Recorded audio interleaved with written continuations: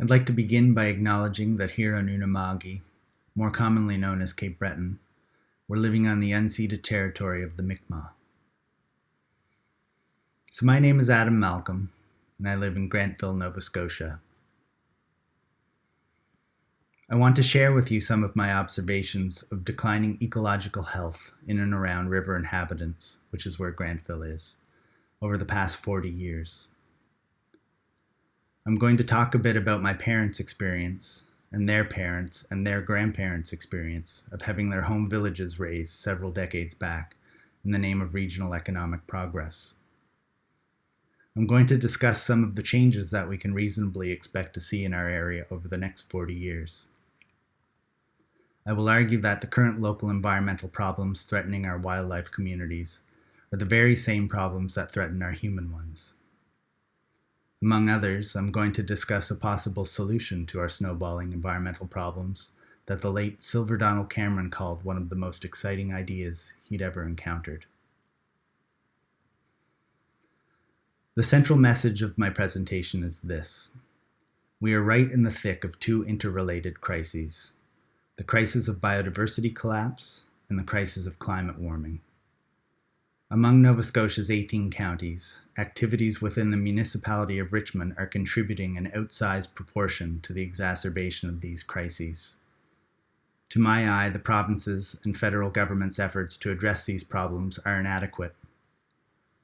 The Nova Scotia Department of Lands and Forestry's Wildlife Division is doing its best to improve prospects for our 63 provincially listed species at risk, but they have a staff of 6 people for the whole province. 6, and about a dozen teams of volunteers working on individual species. No one is affected by the declining health of the local environment more than the local people themselves. I want to suggest that we could be doing much more at the municipal and regional levels to help, and that Cape Breton's bands, municipalities, and individual communities, the people, we need to put our heads together to come up with a workable strategy for turning things around. We need to do this, not for ourselves, not even necessarily for our species on the brink, but for the generation of Cape Bretoners who are just now coming into the world, who stand to inherit a climate that is more and more unstable and a biotic community that is more and more diminished.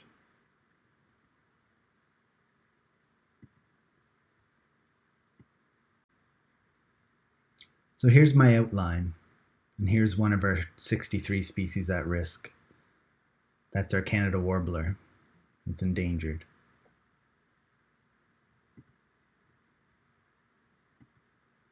And this is an eastern hemlock. It's one of the foundational species of the Acadian forest. They're an awesome tree. They can live 600-700 years given the right conditions. Really important to wildlife. And as I'll discuss in a little bit, they're in a fair bit of trouble too. Let's start at the shifting baseline. Now, a shifting baseline is just the idea that however the world was when we came into it, however the natural world was when we came into it, what fish were around, what game was around.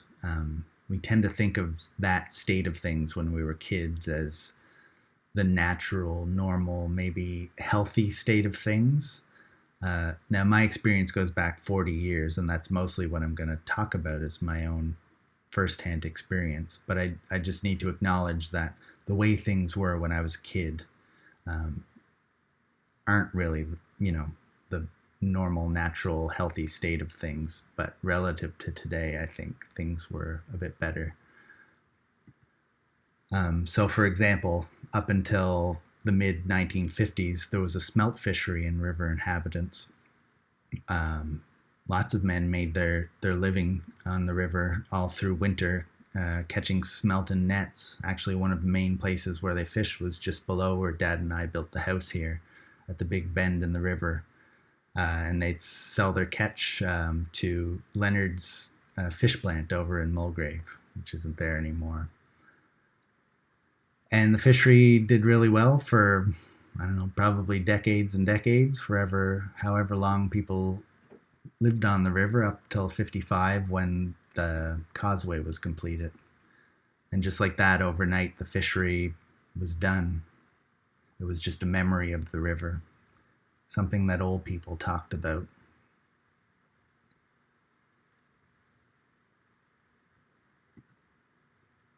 It's much the same with logging. Logging was done very differently a century ago. The trees were bigger. There were many more boots on the ground.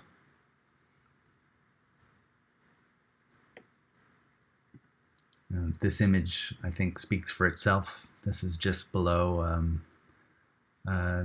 Richmond County Municipal offices there in Arishat.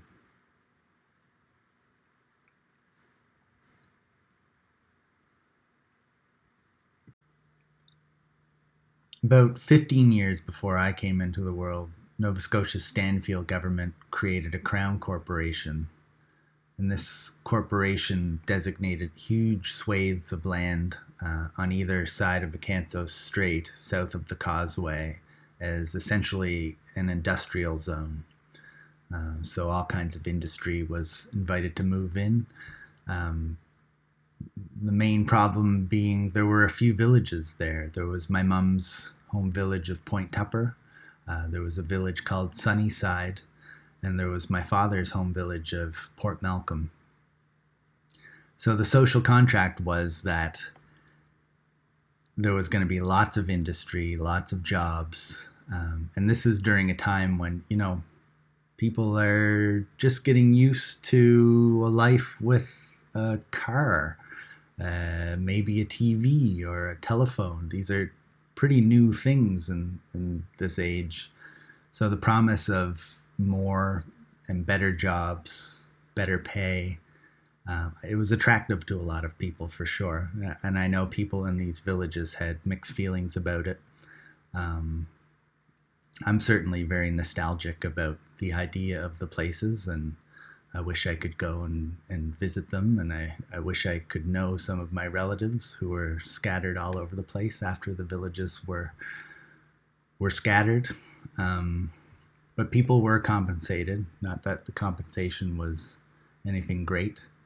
I should just show you a few pictures here. I just love looking at the old pictures in the old villages. Point Tupper had probably 200-300 people in it. Port Malcolm a bit less.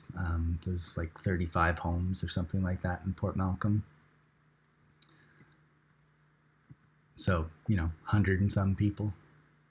Port Malcolm's founders were a few Scottish brothers, Malcolms obviously, who came over from Scotland, and they were on their own. No women, so they had to go meet some, and the nearest place to go meet women was across the water in Ilmadam, which isn't that far away really. So in the summers they'd row, and in the winters they'd skate, and they'd go to dances and other community events. And so the upshot of that is that my grandmother, my great-grandmother, my great-great-grandmother, they're all Acadian, LeBlancs, Meniers. What else do I want to say about this? So Port Hawkesbury was going to be as big as Sydney. Sydney in those days, it was quite a bit bigger than it is now. And it was going to be bigger than Sydney, which within 15 years is what I was told, that people were told. So up went the pulp mill, one of the biggest in eastern North America. Up went the Gulf oil refinery and the heavy water plant, all kinds of smaller industrial projects. But as we know, things kind of fizzled. Gulf oil's refinery lasted maybe 10, 11 years, something like that, before it was shut and dismantled. The heavy water plant lasted just a few years. Port Hawkesbury never did get that big, though they built the overpass or the bypass with the intention of needing it to get around Port Hawkesbury. Nobody would want to drive through it when it was so huge, as the promise goes.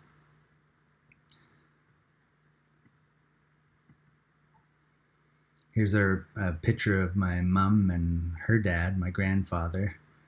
The house, not the house behind them, but one just below there was Mum's grandparents' home. That's where her dad grew up.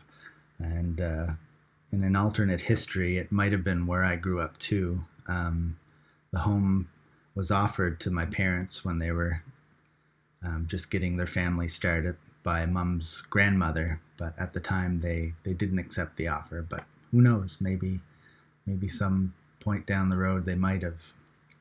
I mentioned that families were compensated for the move. Homeowners were compensated, I should say, but it took its toll on people. Here's a picture of my grandmother. I know that they had enough money from the move to buy a trailer and a trailer court up in Lower Sackville. But I'm also told, Mum tells me that her mum refused ever to go back to Point Tupper again after they burned the house and bulldozed it.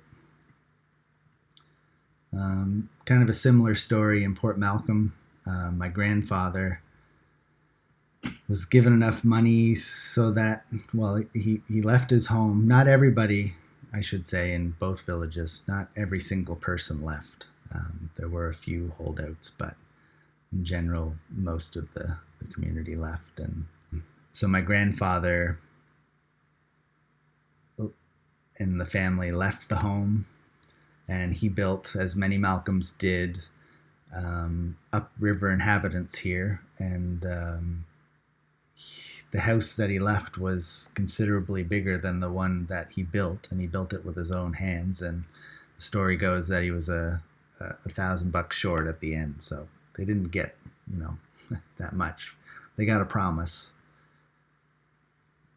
And I don't mean to say that. I feel nostalgic about these things, and I could talk about these villages, and I'm probably not the right person to talk to. The best people to talk to would be the people who lived there themselves.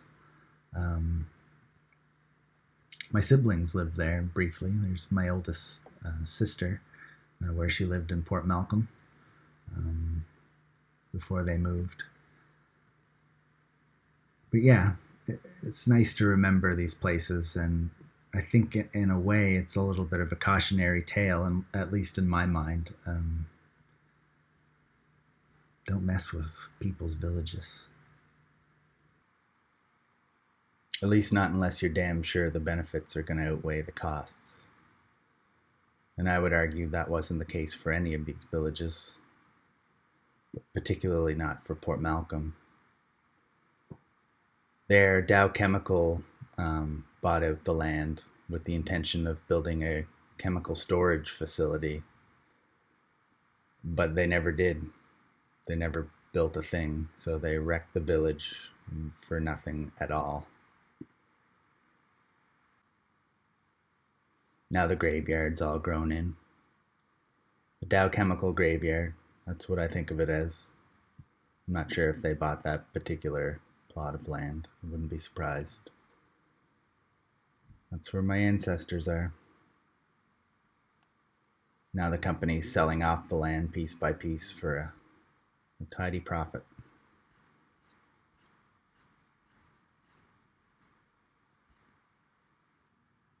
In any case, onward and upward. So I'll stick to things I can remember from here on in. I'll talk about some of my very first memories in this section. Dad was really big into fishing and hunting ever since he was a boy. So when I came into the world, I really looked up to Dad, and I was really into fishing and hunting. I still am. I have this one particular memory of being way upriver in the fall, standing under a tree that, as I remember, it looked quite a bit like this tree. It was dead. It was an American elm tree. Dutch elm disease ripped through the province in the 70s and killed most of our wild, big old elm trees. And I was standing under a tree like this on a bank. Dad was on the opposite side of the river. It was like way up rivers in the fall, I think I said. We were fishing salmon. I didn't have my fly in at the time. I'm not even sure if I was fishing or if I was just there with Dad while he fished. And I was looking down into the pool, and it looked a bit like this. The pool was deeper, and it wasn't as clear how many fish there were, but it was clear there were a lot of fish in it. And they were salmon. They were Atlantic salmon. Dad had one on the line, and he fought with it for a good while. We saw salmon every fall up River Inhabitants when I was a boy. And we saw eels. They'd laze around in the shade under the banks in the day, or half buried in gravel and sand. American eels have an amazing life cycle. Every eel starts its life way out in the Sargasso Sea, which is just south of Bermuda, and they drift on ocean currents as they develop into these little glass eels. And eventually, after months or years, they make their way to the east coast of North America, and they make their home either in a river estuary or up the river, and they'll spend decades there. They're a long-lived species. Again, we used to see them regularly in the river, and they're an indicator of a river's health. If they're there, chances are the river's in decent shape.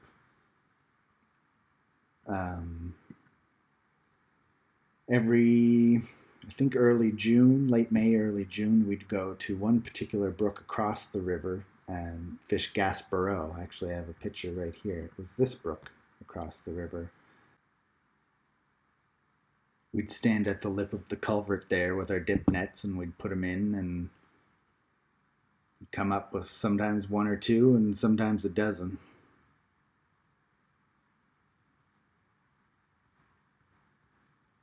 Another fish we'd go after. This was in the first or second full moon of the new year. Dad would take me down to, there were a few different brooks just around the bottom of River Inhabitants and around the coast, sort of towards Port Malcolm.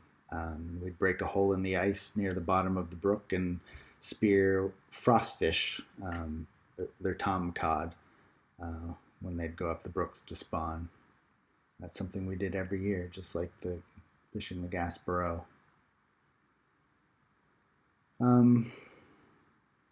We would see in that same area in the summer, here and there along the beach, you'd see the odd piping plover or plover.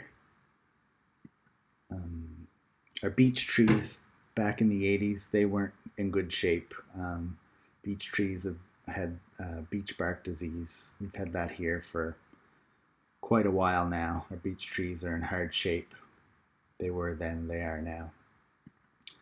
This is just a picture upriver Inhabitants on the Inverness side. This is a picture from just recently. It looks more or less exactly the same today as it did back then. Little has changed way upriver. I've had 2 encounters with American martins in my life. One was in Alberta, and one was when I was maybe, 12 or 13, just across the river from where I live here, not far at all. You'd see wood turtles up the river quite regularly. Further upriver, there's lots of sandbars at the bends, and River Inhabitants and River Dennies are the centers of the wood turtle population in Cape Breton.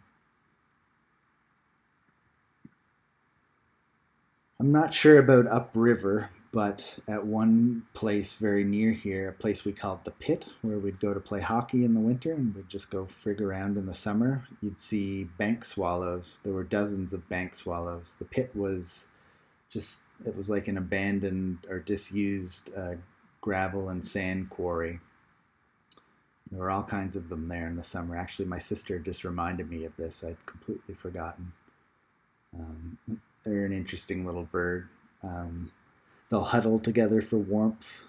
They eat insects exclusively. And the males build these little tunnels into vertical, sort of sandy, gravelly cliffs, and they'll go like 2 feet in, and that's where they'll raise their young. Other species we'd see regularly in the river when I was a kid were shad and mudsuckers. Shad, you'd see pretty big schools of them through summer. Suckers, you'd catch them pretty regularly when you think you had a good sized trout. You pulled up a floppy old mudsucker. Um, Lots of bats around the river when I was a kid, right up until not that long ago, really. Little brown myotis, northern myotis, tricolor bat around the street lights. There was an old house not too far away from here where they'd fly out of their roost every night. Species that I didn't see that much of when I was a kid, or maybe any, osprey is one. I didn't notice my first osprey until I was probably in my early teens. It's the first one I knew to be an osprey anyway. Hummingbirds, I didn't see too many of those when I was a kid. You'd see them zipping around, but people didn't have the feeders back then the way they do now. And striped bass, I never saw one in the river at all until not that many years ago.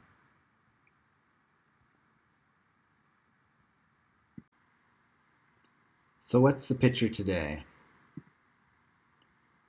Well, the striped bass are here now. I think this is a good thing. This is in their historic range. It's a long time since they've been here. They've been overfished for a long, long time further south. And it's back in the 70s that the states got serious about protecting the fish when the stocks were crashing.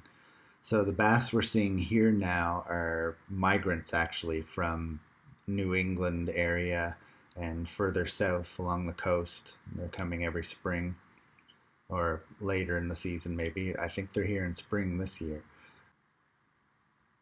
They're not breeding here, at least not yet. There is a breeding population on the north side of Cape Breton Island, and I think they come from the St. John River, but I'm not certain on that one. And the osprey's back too. The osprey's kind of an interesting story. They were almost very nearly wiped out by DDT after the Second World War, along with bald eagles and other birds of prey. And the key to the species recovery was giving them appropriate nesting habitat. So in the last, half century or more, so much old growth forest has gone under the saw, and a lot has been cleared for agriculture. So there's not a whole lot of flat topped old growth trees, old hemlock and old white pine trees, which would naturally be where they'd want to nest. Um, Interestingly, in New England, years and years and years ago, farmers would actually try to attract this species to their farms by putting an old wagon wheel up on top of a post, getting them to nest there. The reason being, they made a pretty good watchbird. They eat mostly fish, so they're not really much of a danger to your chickens that are wandering around the yard. But predators that might come around would be very wary of them, so they kind of keep predators away. So the ideas come back in fashion. We're using pallets up on power poles now. And luckily for this species, they're quite comfortable around people. So they will nest on those, even if it's right by the highway. So that's a good news story. There's more of them. It seems like there's more every year coming around. I'm even seeing some up a little further up in the woods now, looking for nests this spring.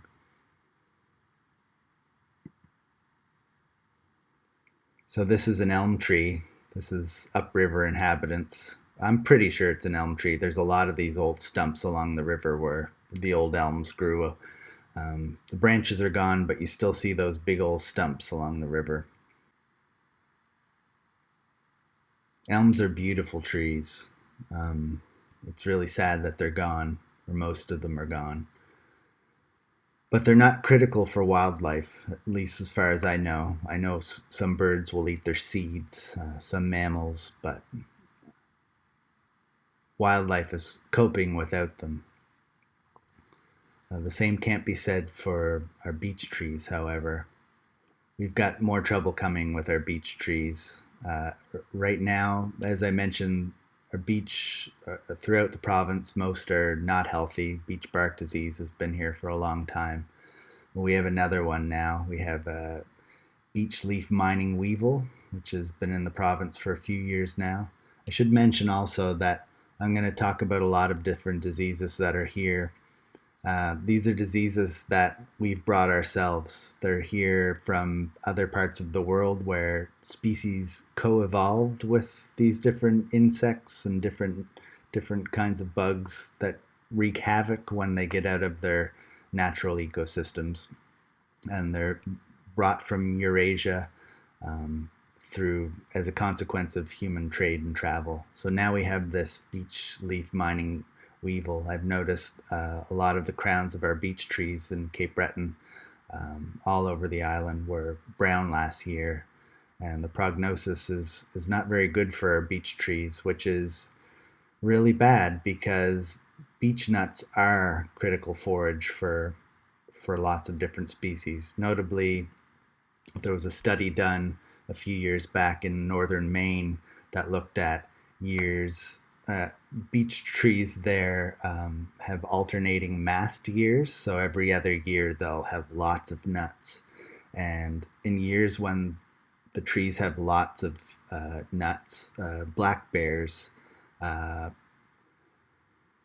sexually mature female black bears are around 80% of them will have young. That's the following spring after a mast year, as compared to 22% in years when the beech trees aren't producing many nuts. So that's bad news for black bears, and also bad news for martens. If we lose our beech trees, which it looks like we're going to do, it's a similar story for our marten, and marten are already critically endangered in Nova Scotia. There are as few as possibly 50 left on Cape Breton Island.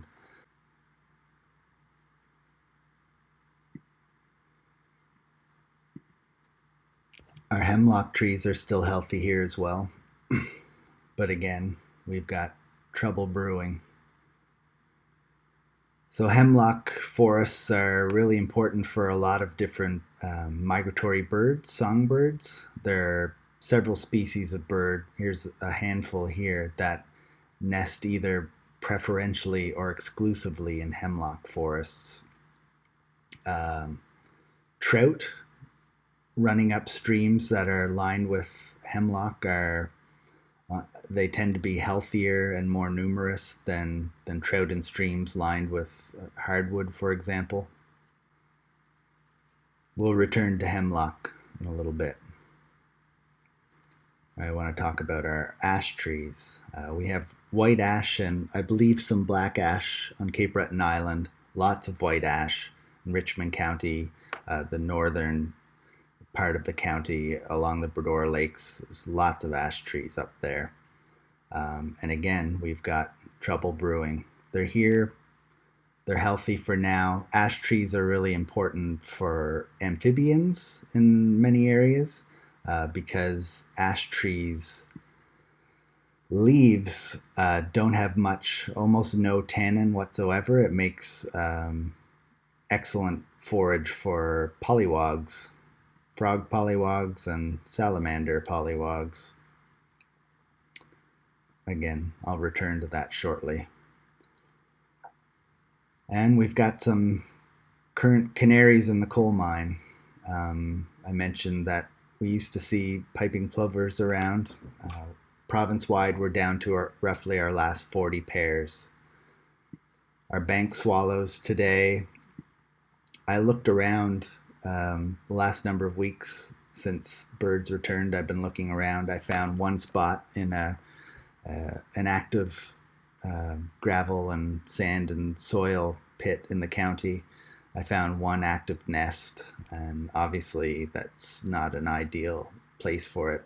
The thing with our bank swallows, some of their best habitat is along the coast And what they need is vertical banks, sandy, gravelly, that they can dig into, that erodes naturally. And the problem now with sea level rise is that we're trying to protect our property. So we're using riprap to slow erosion.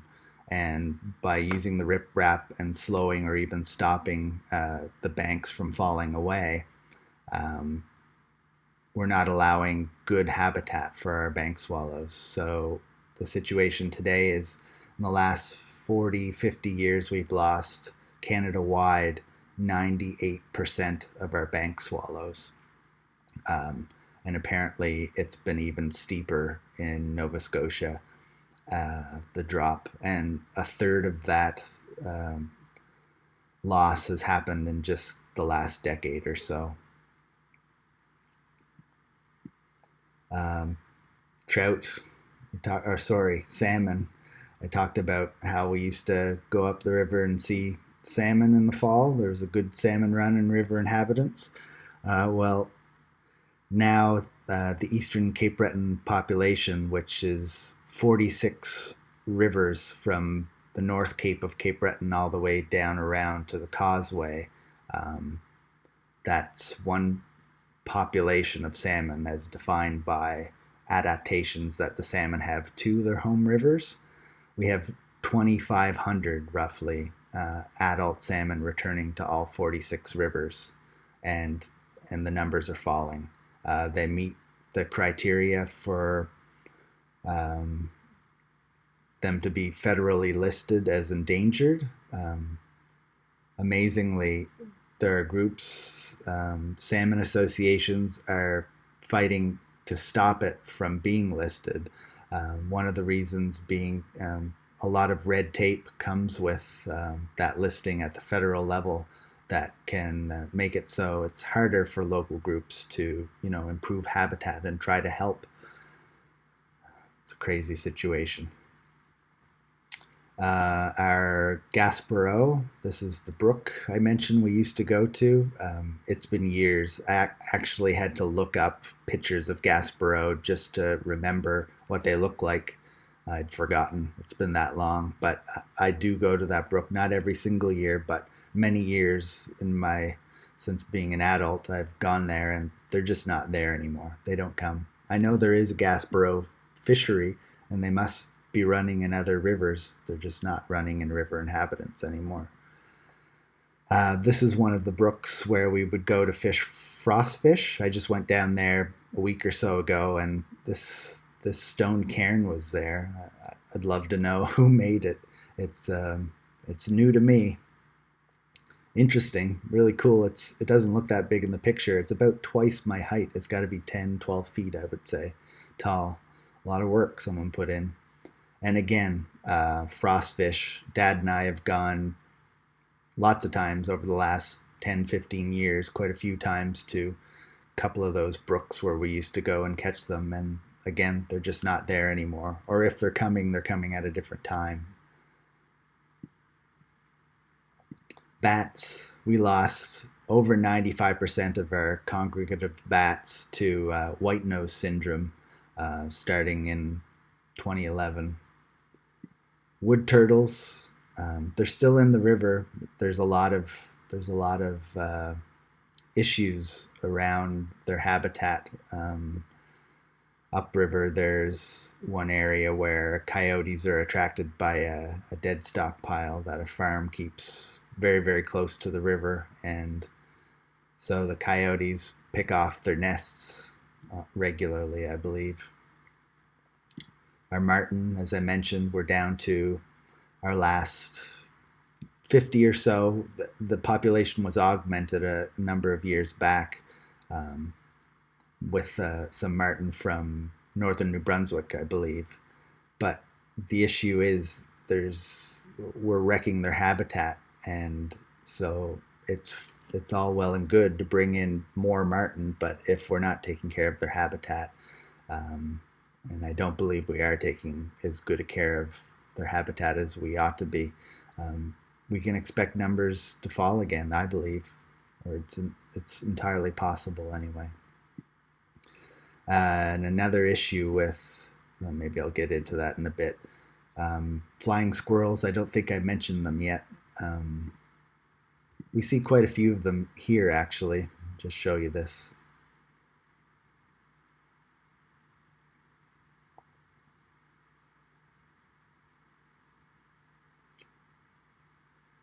They love peanuts. So these are northern flying squirrels, and this is just outside our house. They come every night.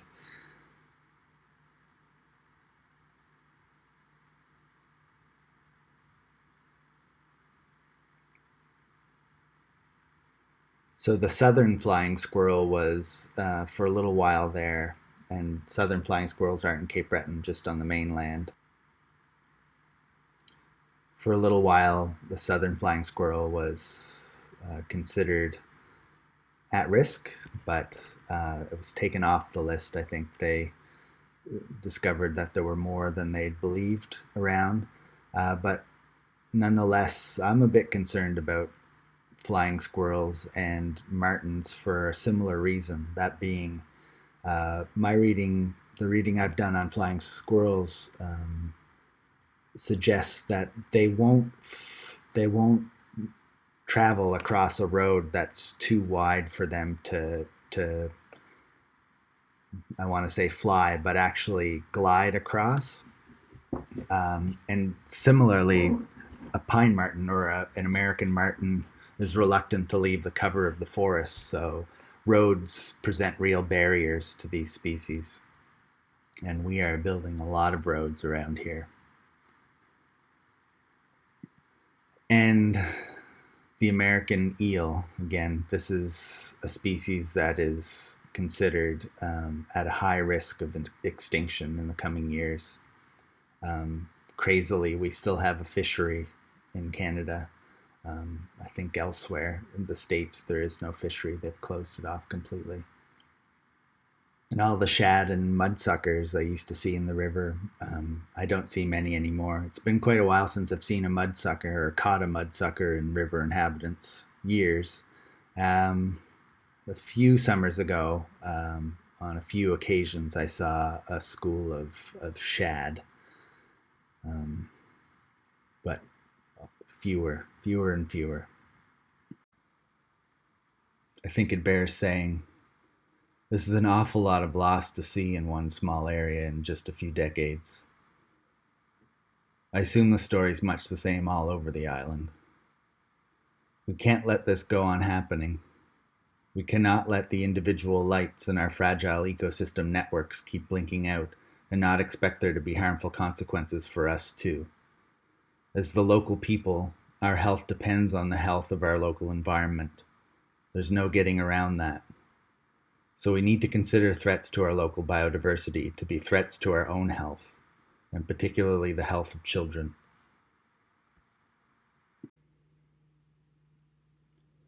Now let's get into some of the causes of local species decline. And here the lines are going to start to blur a little more between causes of species decline, environmental health decline, and human health decline. Or at the very least, threats to human health. And I'm only going to discuss local causes, local threats. There's lots of things going on out in the wider world that are affecting our health and the health of our local environment, but I'd be wasting my breath talking about it. So very generally, big threats to our local environment are habitat loss and fragmentation. And that includes clearcutting and forestry, road building into wilderness, near wetlands, shores, and banks. Something most of us don't realize about roads is that they don't just affect the immediate site where the road is built, but they can affect wildlife and the environment for hundreds of meters or even kilometers around where the road is built. They affect the behavior of wildlife quite a distance away. Pesticides, the buildup of harmful chemicals in our local environment. I'm going to talk a bit about endocrine disruptors, which is a concern, a global concern now. All the waste that ends up in the ditches from illegal dumping all over the place. There's some bad stuff in it, in the stuff that gets tossed out, and that ends up in the soil and it ends up in the water. We have a big problems coming with invasive diseases and invasive species here.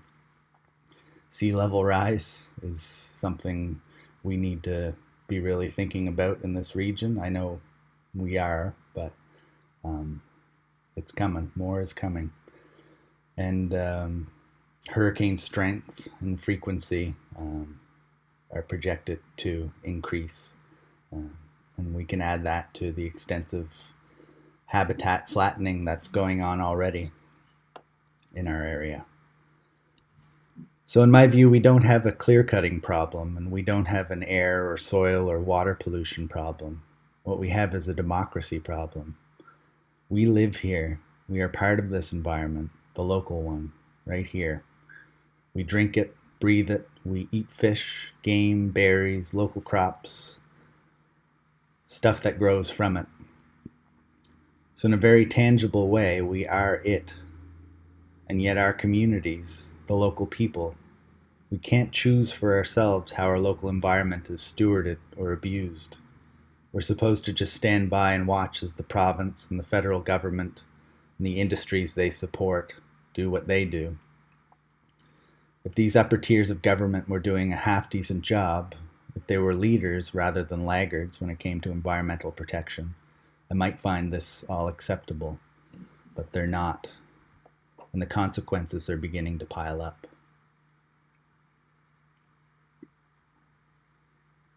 So some specific causes.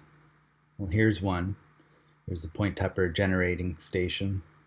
It's a coal-fired power plant. It burns, according to pollutionwatch.org, it burns 400,000 tons of foreign coal annually and produces a whopping 10.7% of Nova Scotia's total air pollution. And that includes harmful chemicals like hexachlorobenzene and mercury. And I should mention that in the coldest months when energy demand is highest, Ilmadam is pretty much directly downwind from this smokestack. So in 2018, the federal government's finalized regulations requiring all Canadian coal-fired plants to close by December 31st, 2029. However, under Nova Scotia's equivalency agreement, coal may be used here beyond that date, and no requirement date has been set for the Point Tupper plant. Just to show you exactly what's burning there and what we're breathing. So given the conditions of our equivalency agreement with the federal government, one of the things we're doing to cut our emissions is to instead burn biomass. Now, the idea behind this when it was first sold to the public is that what we'd be burning is waste wood from mills and things like that. But by Nova Scotia Power's own numbers, as late as 2015, 76% of the material that was going into the boiler was straight from the woods, not sawmill waste at all.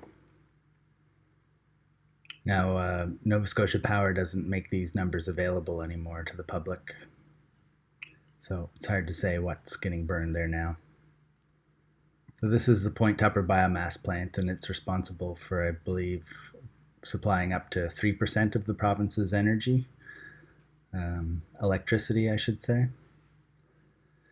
And it can burn up to 750,000 tons of our forests annually, or 50 tractor-trailer loads of wood per day. Clear-cutting and burning our forests and calling this practice green and sustainable is not sane. Biomass plants emit more carbon dioxide from their smokestacks than the oil and coal-fired plants they're replacing. All good, you might think. The trees grow back. And that's true, but I think it misses some important points. Foremost, forests aren't just trees, and if you're clear-cutting them, you're creating a whole cascade of other problems in the ecosystem. So the calculated savings of burning biomass rather than coal rests on two false assumptions. First, that the carbon released when the wood is burned is recaptured instantly by new growth. And of course, that's not true. It can take a half century to over a century, depending on the forest, for the newly regenerated forest to recapture the carbon that was released into the atmosphere when the old forest was burned.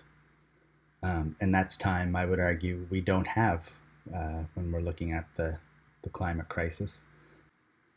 And the second false assumption is that the wood being burned is waste that would have released all that carbon dioxide naturally when it rotted anyway.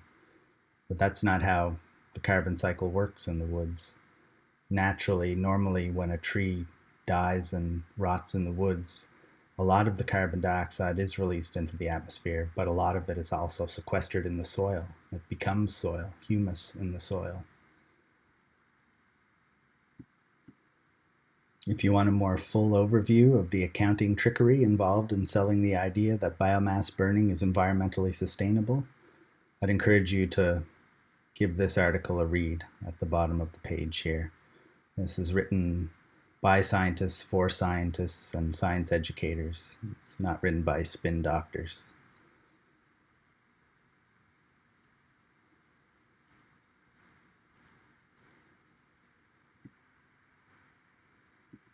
Now, as far as clear cutting is concerned, kind of let this image speak for itself. This is the southern Cape Breton highlands. Many of these clear cuts are over a kilometer across. A kilometer. Just think what that does to wildlife. Wildlife like our endangered lynx, our endangered marten, our endangered Bicknell's thrush, others that depend on healthy forests in Cape Breton, up in the southern highlands, this exact area. Now, I'm not going to get into a full accounting of what's wrong with clear cutting at an ecological level. It would take too long. But if you are interested in the topic, I'd encourage you to read Bob Bancroft's article for the Halifax Examiner entitled, "What's Environmentally Wrong with Clear Cutting?" So you might think that with the digital revolution, the demand for paper would be going down, but that's not the case. Here's the picture of global demand over the next 10 years. Now, I wouldn't be making all this racket about clear cutting if the products we were making were essential products, but it's my understanding that a lot of what we're making, in Point Tupper at least, is going to serve the advertising industry. It's going to make coupons and magazine inserts, much of which isn't used at all. It's just thrown away. And that just doesn't sit well with me at all.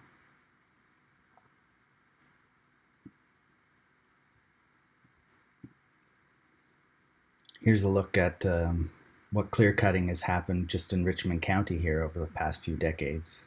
All the light colored green is clear cuts that have happened. What I see is a mess. And maybe this would be all fine if it was just all happening in this little corner of the world. But of course, that's not what's happening.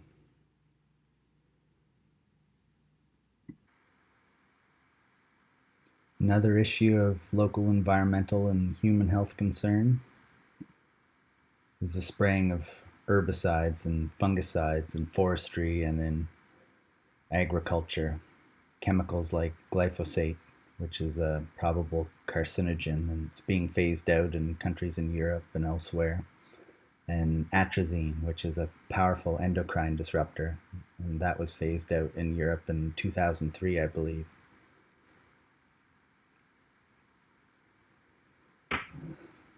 I have similar concerns around plastic, and we've got an awful lot of this. Go take a walk around the beach somewhere along the Bredor Lakes, down back roads. This is the Port Malcolm cleanup this spring. Even in the woods themselves, I find garbage in my wandering. Old oil-based paint cans, spent motor oil, tires, plastic, lots of bad stuff. sitting up there for decades, chemicals leaching into the soil, eventually into our water. There's a video I wanted to show you, but it doesn't seem to be working, but I'll show you the very beginning of it so you can find it yourself.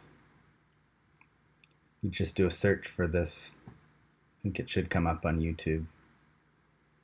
It's really worth watching. Just tells you a bit about endocrine disrupting chemicals, how they're harmful, and what you can find them in. And that's a lot of things. There's some pretty scary claims being made about the harm of some of these chemicals, like the one below. According to scientists at the Hebrew University of Jerusalem, sperm counts among men in the West have more than halved in the past 40 years and are currently falling at an average of 1.4% a year. Humanity could soon become extinct, it was claimed by some commentators. And here's the trajectory we're on in terms of plastic production in the world. Just keeps going up. There was one calculation made recently that made headlines that claimed that by either 2045 or 2050, they figured by weight there'd be more plastic in our oceans than fish. I realize this is a little scattershot and getting a little bit away from local concerns, but of course there are things we can do at the local level to get all that garbage out of the backwoods, off the back roads, into the landfill, where at least there's a liner that keeps, ideally anyway, keeps it from getting into the groundwater. This is something completely different. I filmed this in May, last month.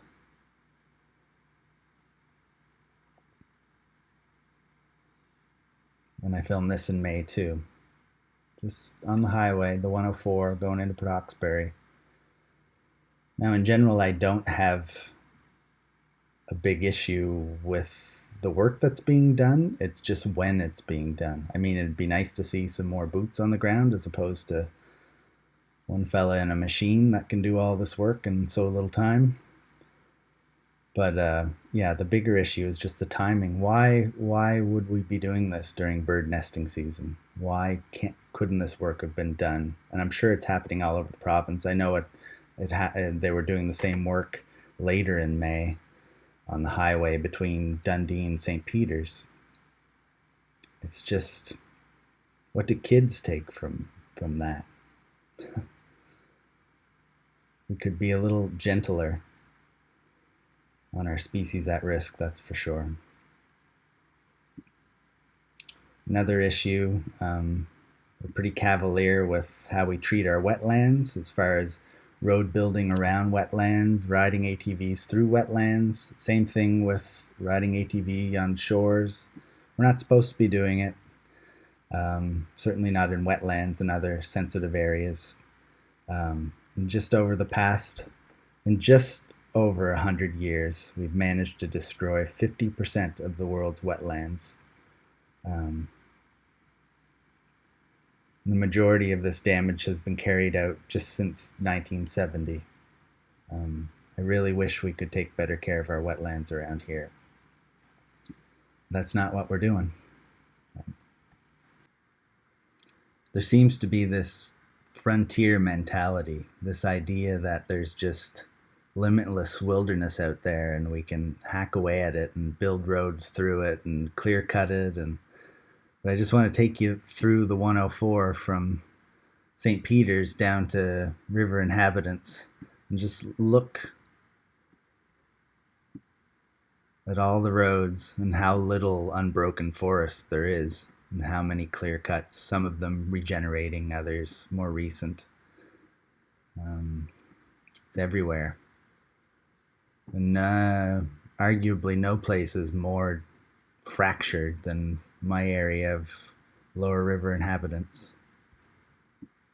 In the last number of years, I'd venture to say developers have built tens of kilometers of roads, new roads in the county. They're all over the place, particularly in this area. It's another look on the east side of Lower River. A lot of this was all wood lots, but it's all roads and lots mostly sold off.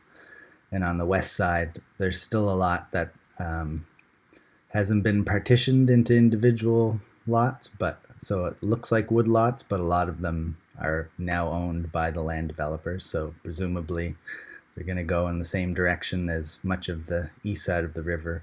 And this is, I'd say, about 12 kilometers as the river flows from Cleveland in the north down to where it empties into Inhabitants Bay, just to give you some sense of scale. So what are the consequences of all this development on local environmental health? Well, I can give you a few examples. So my property is bordered by a brook on either side, and one of the brooks doesn't have a development upstream, and the other does. So this is the one just when the thaw started in the spring. This is how the one without the development upstream ran. And this development started 3 summers ago that I'm talking about. Oops.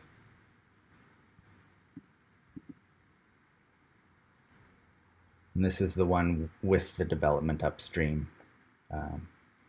It's been running like this for, I believe, going on 3 years. It has cleared up quite a bit this year, actually. Obviously, fish can't really live in there. And this is probably just a coincidence. So there's no fish at all. I checked yesterday. I had a look at the 2 brooks. These are 2 brooks where, when I was younger, even not many summers ago, you'd still see the fish swimming around. In the clear brook, I saw 1 little trout yesterday. And both of these brooks used to have all kinds of salmon fry and trout in them every summer. And in the muddy brook, there were no trout, and I found 1 dead eel. I think it's just a weird coincidence. I haven't seen an eel in River Inhabitants in so long. I don't know what this guy was doing in this little brook, but he didn't last long.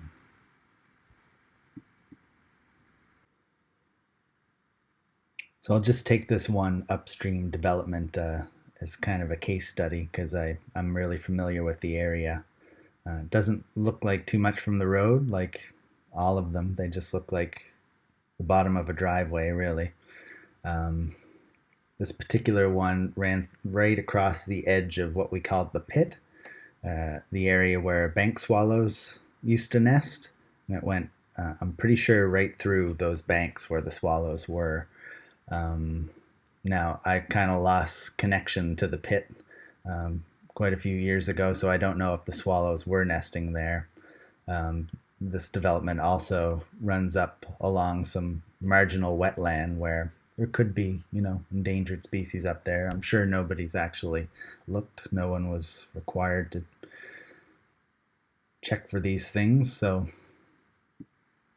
these roads are permanent. They're deep with rock fill and gravel.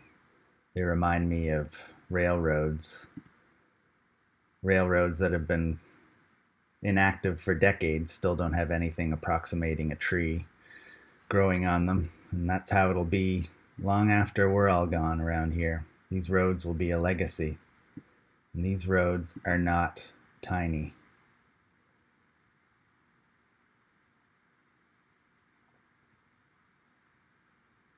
They're snaking all through the county. This particular development has 57 lots and counting. I believe they're all or pretty much all sold. Just want to show you one more spot over on the other side of the river. So this is the same brook, different angle, looking down where we used to catch Gaspereau in the pool. That's on the lower side of the road, and then on the upper side of the road you see sort of the tail end of another one of the developments that runs for a little bit along the brook. And then downstream from here, there's another road that was developed where they actually backfilled right into that stream where the Gaspereau used to run.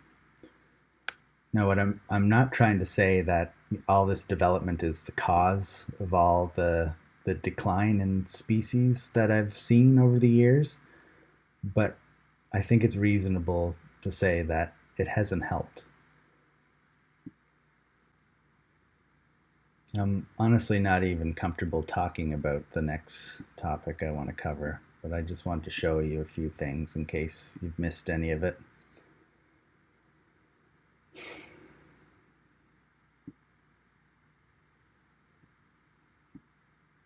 I have concerns about the beliefs of some of these developers and kinds of people that they're attracting to come over here.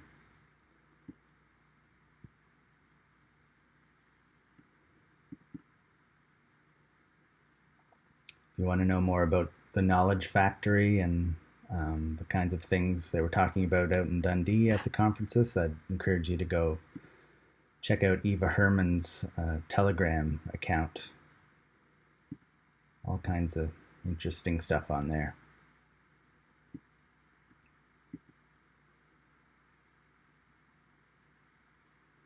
These are my neighbors now.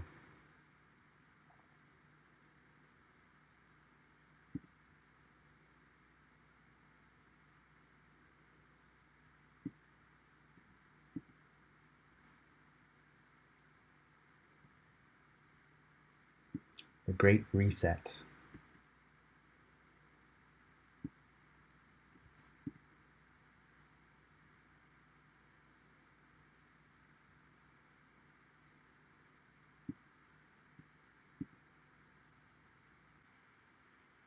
Look, I want to see more people moving here, and it doesn't matter in the least to me where the new people are coming from, or what their first language is, or what the color of their skin is. What matters to me is what's in a person's heart. I'd like to show my Cape Breton hospitality to my new neighbors, but given the questions swirling around some of this stuff, and given some of the answers, I just can't in good conscience do that. That makes me really sad. I'm in favor of more development in Richmond County too. Lots more. It just needs to be sustainable. We already have miles and miles of mostly empty roads all through the county. I'd like to see more development on them rather than on yet more roads through our already badly fragmented woodlands, along our already unhealthy streams and rivers. I have a lot more to say on this topic, but I'm going to leave it there. I'm running into overtime already. I won't read this for you, but I hope you'll pause the video and read it.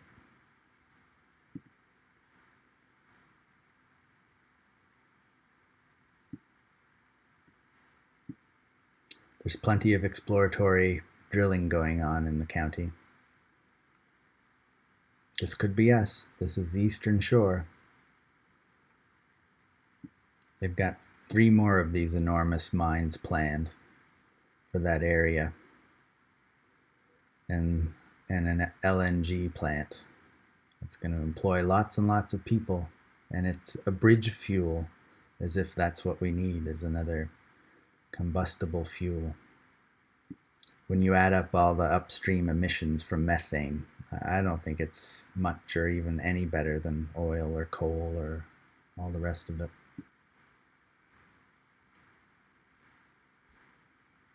So, the next 40 years, I think we're at kind of a crossroads here.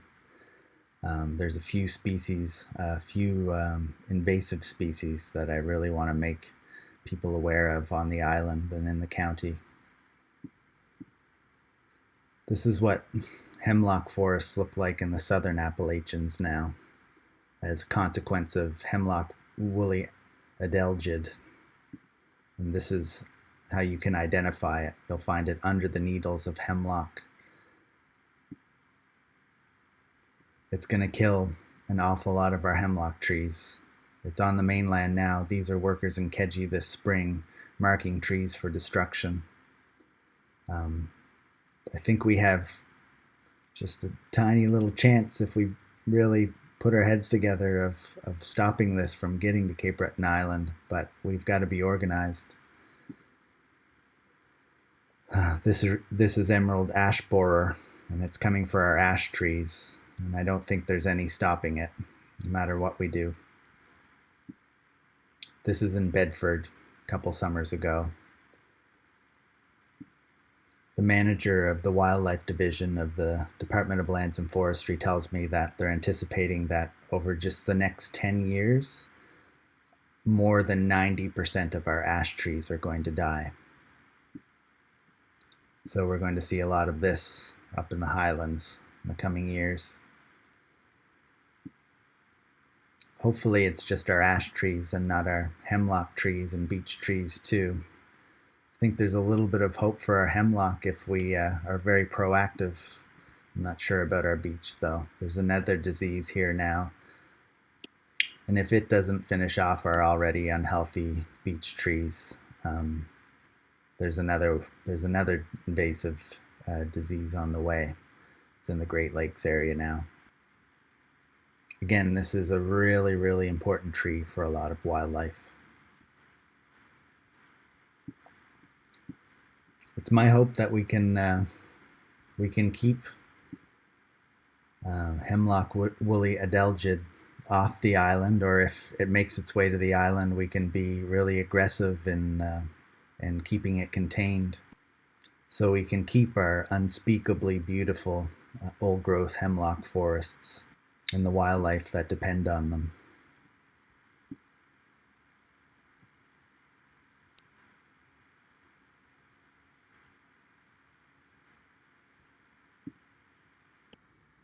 So we have all of these really daunting problems: environmental problems, jurisdictional problems, rights conflicts, problems that we can't go on ignoring. So what can we do locally? And what can we do at the island level, regionally? I think there's lots of things we could and should be doing.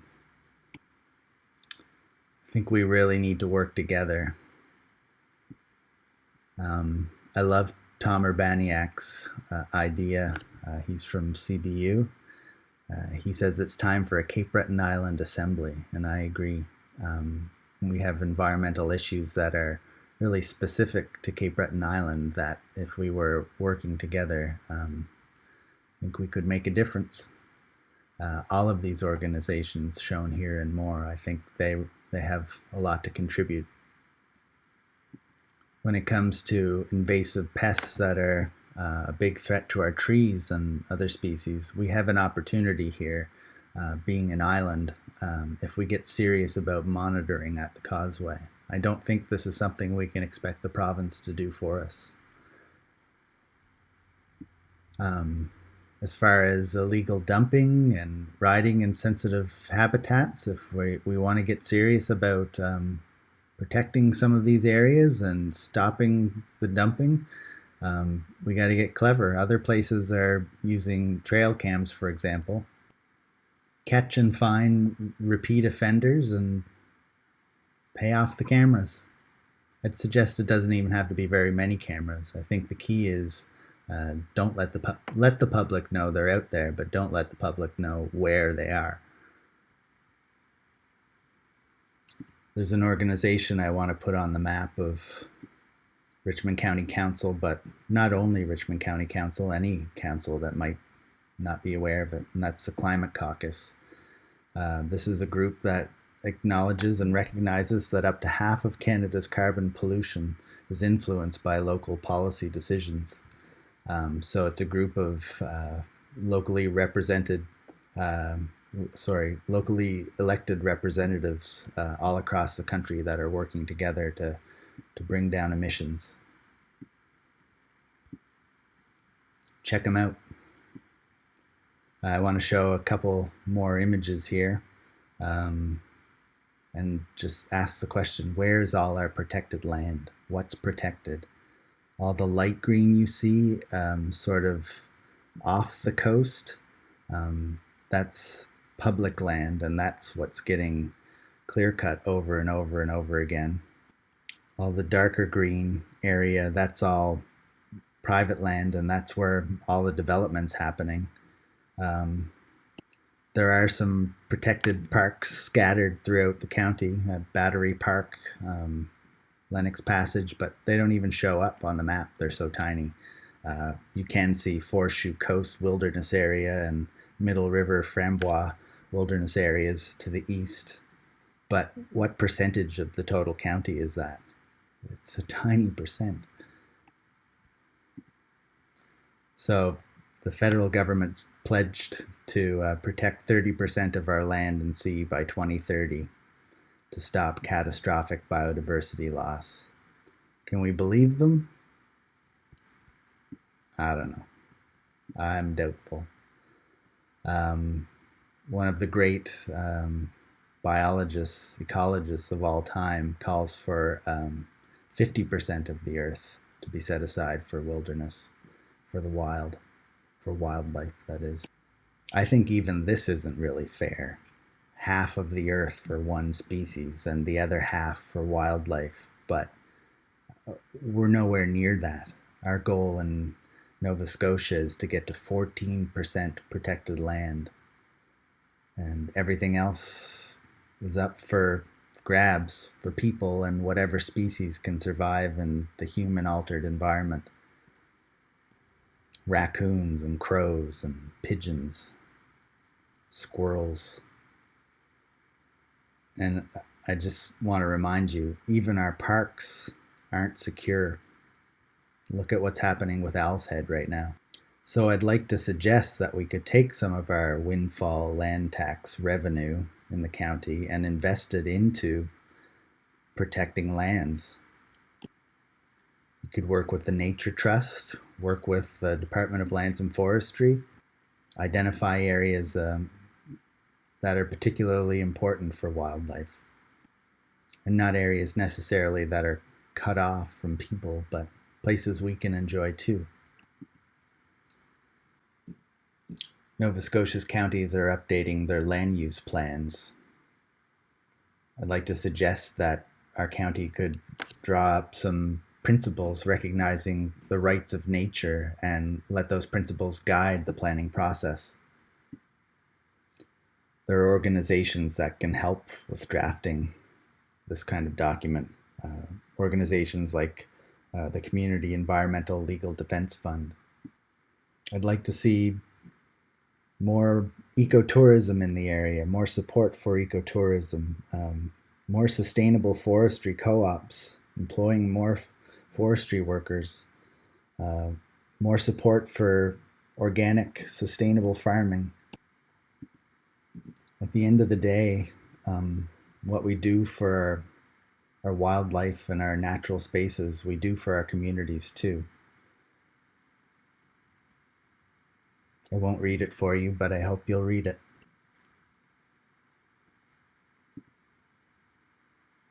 The late Sylver Donald Cameron was a champion of something called the Rights of Nature movement. The idea of the movement is that natural entities like rivers, like forests, should have the right to exist and to thrive, to not be reduced beyond their capacity to regenerate and maintain a healthy state. After learning what the idea was all about, Cameron wrote, "Amazing. These rights might be the universal solvent for environmental issues.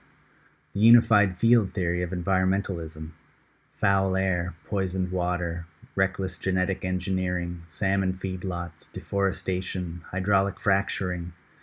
Green rights provided a tool to tackle any of them. It is one of the most exciting ideas I've ever encountered." Cameron went on to interview 17 environmental lawyers from 9 countries, and he put it all in a book along with an essay. And the book's called Warrior Lawyers, and I really encourage you to read it. While you're at it, you could grab David Boyd's The Rights of Nature, a legal revolution that could save the world, too. And there's a new doc on Netflix, a David Attenborough documentary. It's called Breaking Boundaries, The Science of Our Planet. It's a really important one.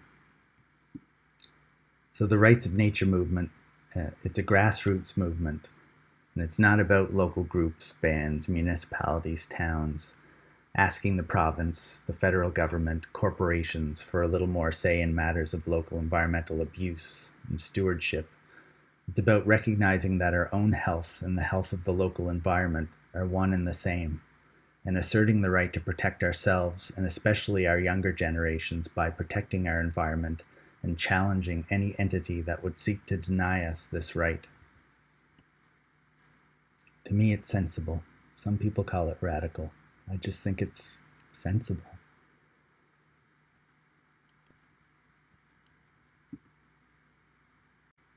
So there's a new organization in Atlantic Canada. You can find them on Facebook. They're called the Rights of Nature Network, Atlantic Canada. And I'm with the group. From 7:30 p.m. on the 14th of June to 7:30 p.m. on the 15th of June, the group is hosting a virtual screening of the award-winning film Invisible Hand. And at the end, we're hosting a Q&A over Zoom with organizers from the Community Environmental Legal Defense Fund. I hope you'll consider joining the conversation. My videos aren't working in here, but you can check out the trailer to Invisible Hand on YouTube. And if you want to watch it and whether or not you want to participate in the Q&A, that's up to you. But you can go to the Rights of Nature Network Atlantic Canada on Facebook and register there. Now, how about some first steps? Well, besides checking out the film, here's a few suggestions. Let's try to get ourselves into a restorative frame of mind. Let's have some conversations not about how we can mitigate future damage, but how we can actually start improving the health of our local environment. Learn more about the Rights of Nature movement, and if you agree with it, support Rights of Nature legislation. Organize. There's so much more reason for hope when we're working together, and I'm thinking of individual communities, and I'm thinking of island-wide organizations. We've got to consider this. We need to establish some municipal and regional goals for restoring environmental health. And we need to share knowledge, ideas, motivation, and most of all, I think, hope with one another. I'm trying to share what I think are some good ideas here, and I want to get involved. I want to help however I can. I want you to want to get involved too. I'd love to hear other people's stories about what observations they've made over the years. I'm sure I've only scratched the surface here, and I'm talking mostly about my pretty immediate area. I'm sure you have lots of stories too, and I think it'd be cool if we got together as a municipality, put out an invite, and let's have some conversations about this. Talk to older people in your area about their observations. Talk to the kids about theirs too.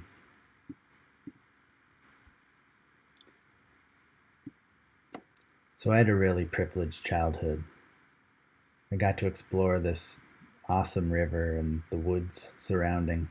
I inherited all this local knowledge from my dad, knowledge that he inherited from his home village of, where are the good fishing spots, at what time of year, for what types of fish. And I had all kinds of time and space to range around and explore and learn on my own and ask questions.